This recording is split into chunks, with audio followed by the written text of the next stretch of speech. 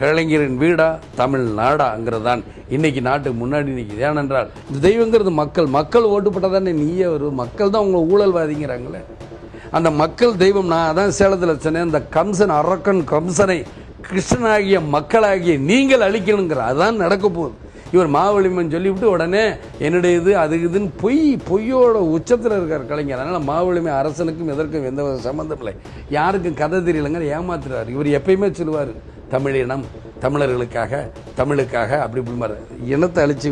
நான் கேட்குறேன், தமிழர் அப்படின்னு நீங்கள் சொல்கிறீங்க, ஒத்துக்கிறேன்.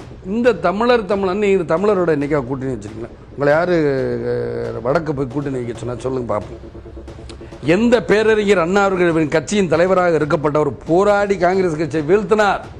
இவர் ஆட்சிக்கு வந்து அவரோட கூட்டணி வைக்கிறார். 80 இவருடைய ஊழல் பூச்சிக்கொல்லி ஊழல் கோதுமை ஊழல் தப்பிக்கணுங்கிறதுக்காக முதல்ல கூட்டணி வைக்கிறார். அதுக்கப்புறம் இன்னைக்கு வரைக்கும் கூட்டணி வைக்கிறார். இவர் தான் இந்திரா காந்தியை அடிச்சு பிடிச்சி சொல்லிட்டார், ரத்தமாக சகப்பு கலர் ரத்தம் வருது, அது பெண்களுக்கு வர வியாதி தானே எப்பயும் பழங்குற சொன்னவர் தான் இந்த சாபக்கேடான கலைஞர் அவர்கள் இன்னைக்கு எவ்வளவும் பேசுகிறார்.